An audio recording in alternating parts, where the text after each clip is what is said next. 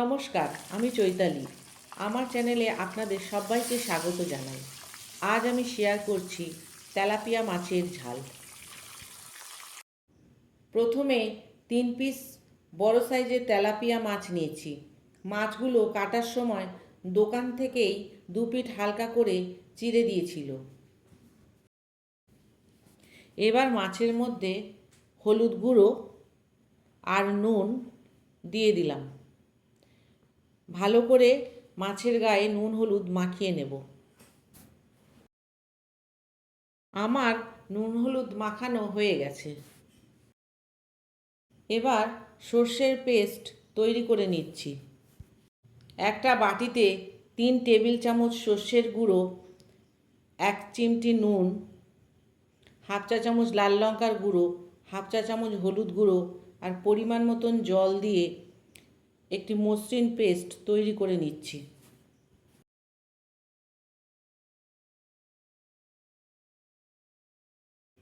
আমি পেস্ট তৈরি করে নিয়েছি।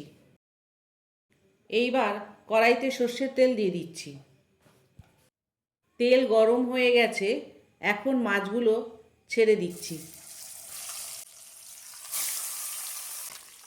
মাছগুলো এপিট ওপিট দুপিট সোনালি রং হওয়া পর্যন্ত ভাজবো।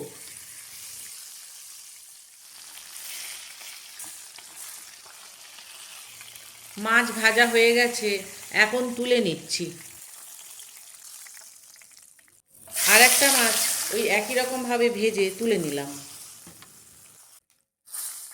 কড়াইতে আরেকটু সর্ষের তেল দিয়ে দিচ্ছি। তেল গরম হলে হাফ চা চামচ কালো জিরে দিয়ে দিলাম। কালো জিরে ভাজার সুন্দর গন্ধ বেরোলে সর্ষে ও মশলা মিশ্রণের পেস্টটা ঢেলে দিলাম। 1 মিনিট নেড়ে নিয়ে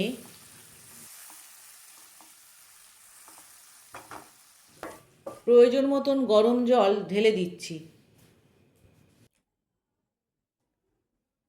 এবার স্বাদ অনুযায়ী নুন আর চেরা কাঁচা লঙ্কা দিয়ে নেড়ে নেব। ঝোল ফুটে উঠলে ভেজে রাখা মাছগুলো দিয়ে দিচ্ছি।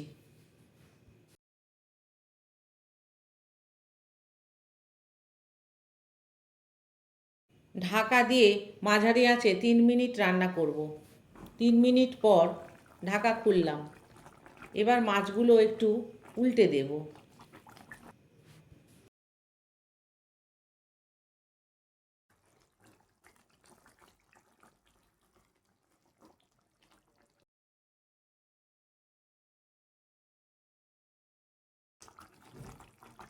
দুপলা কাঁচা তেল দিয়ে আবার 2 মিনিট ফুটিয়ে নেব।